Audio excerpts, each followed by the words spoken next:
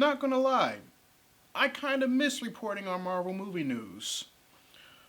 Also not gonna lie, I wish they were under better circumstances.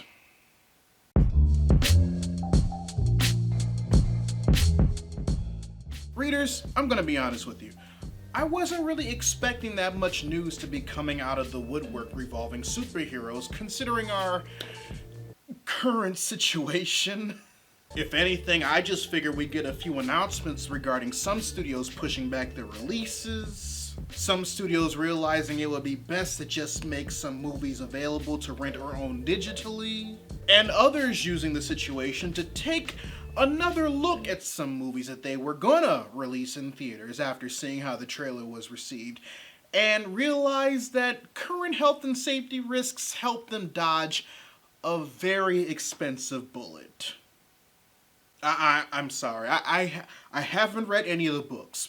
I do have friends that are fans of the book series though, and even they say that this looks terrible. Of course, no one movie studio is immune to what's currently going on in the world, and that includes Disney's most favorite purchase that they made in the last 10 years, Marvel Comics, specifically Marvel Studios, who, because of the current health and safety crisis, is doing what a lot of other studios are doing with their initial slate of movies scheduled to be released during the spring and summer of 2020 and are being pushed back. The movies in question were the first two Phase 4 films that were initially scheduled to come out this year, Black Widow and The Eternals. Instead of premiering on May 1st, Black Widow will now be taking the Eternals' November 6th release date, while The Eternals will be released February 12th, 2021, taking that release date from Shang-Chi. It seems that the adjustments to the release schedule for their upcoming Phase 4 films in response to the current health and safety crisis is pretty much the new cut move down rule from Alice in Wonderland. Black Widow is taking the Eternals' original release date, causing Eternals to take Shang-Chi's original release date, causing Shang-Chi to take Doctor Strange's original release date, causing Doctor Strange to take Thor Love and Thunder's original release date. And that's where we run into a dilemma. Because with everyone simultaneously moving to the chair to their immediate right, Phase 4 will now be crossing over into the release timeline of Marvel's Phase 5, with Taika Waititi's Thor Love and Thunder now having a release date of February 18th, 2022. Now, I say crossing over because as of right now, Marvel Studios' Phase 5 only has 4 confirmed films, 2 with actual release dates. Black Panther 2, which currently still has its previously announced May 6, 2022 date. Captain Marvel 2, which was recently given a release date of July 8th, 2022.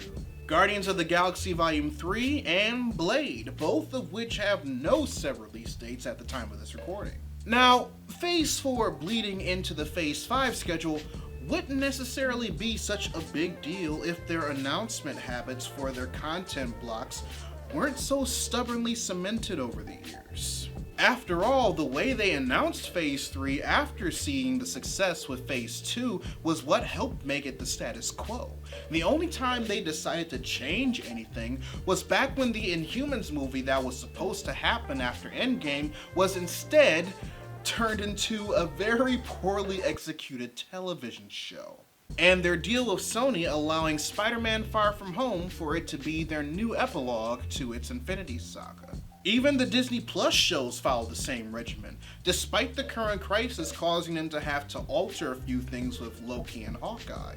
Both the shows that were announced at San Diego Comic-Con in 2019 and at the D23 Expo are, in fact, Phase 4 projects.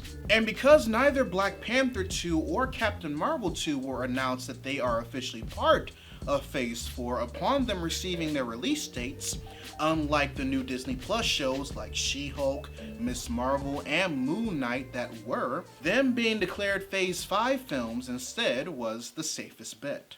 Especially when, As I stated before, both Guardians Volume 3 and Blade have only been announced at this point in time with no release dates set in stone, even before the current crisis occurred. So, with Thor Love and Thunder, the last Phase 4 film as of right now, having no choice but to shift its release date to the year that has pretty much already been claimed by Phase 5 films because of the current crisis, it's looking more and more like the two phases are slowly shifting into one.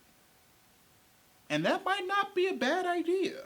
Yes, I'm the type of individual that looks at the plans the studio displays and think they are subconsciously trying to count their chickens before they hatch, knowing any and everything can happen between the day that they announce it and the day it's being worked on. But that's only part of the reason. Like I stated before, readers, because we've never seen Black Panther 2 added to the film timeline of Phase 4 like we saw with She-Hulk, Moon Knight, and Ms. Marvel added to the Disney Plus timeline of Phase 4, we can't assume that Black Panther 2 or any of the other films that were announced but weren't put on the timeline are in fact Phase 4 films. We can only go by what Marvel Studios has shown us thus far, and what they've shown us is that Thor Love and Thunder is in fact the final film in Phase 4. Which probably means that like Ant-Man and Spider-Man Far From Home before it, Love and Thunder was more than likely meant to be the epilogue for the phase after moviegoers recuperate from the game changer Marvel Studios keeps telling us that Doctor Strange in the Multiverse of Madness is going to be for the MCU moving forward. Yes, I'm aware that the last film in Phase 4 is technically the third Spider-Man movie, but there hasn't been any confirmed date as far as that being rescheduled either. So not only do I think that would be extremely unfair to YTT given what he's proven that he's capable of, but Marvel Studios as a whole should honestly take the situation as a learning experience. Not every tried and true method can stay tried and true forever. By doing what they've been doing since Phase 2 and cherry picking things from what they've been doing that better fit their bottom line and whatnot, they tend to subconsciously limit themselves. No, I'm not saying that they shouldn't be allowed to plan ahead. It's clearly worked out for them before. But when you have situations like this, where you're being forced to toss what once was a solid guideline you've been using for years out the window, it's a good indicator that it's time to do some reflection in order to see if you need to do some things differently going forward. And if the rumors are true that Kevin Feige and the rest of Marvel Studios are going to halt all production on pretty much everything they haven't already finished until September of 2020, there's a chance they could be doing just that. Then again, I have been disappointed before. But I digress, readers. Your homework assignment for the day. Write in the comment section below whether or not you would have a problem with Phase 4 and Phase 5 of the MCU becoming one giant phase. Or if you feel like sharing with the rest of the class which recently announced movie from Marvel Studios you're looking forward to seeing the most. Eventually. Either way, I'd love to know your thoughts. If you want to help financially support the channel, you can join my Patreon by clicking the card at the end of the video or in the link in the description down below, where you can also find a link to my merchandise store. Or if you prefer to give a one-time donation, you can find links to my PayPal and my Ko-fi account in the description box as well. Also, make sure you subscribe to the channel and turn on notifications, because I post new videos every Monday, Wednesday, and every other Friday. But until then, this is Readus 101. Class dismissed.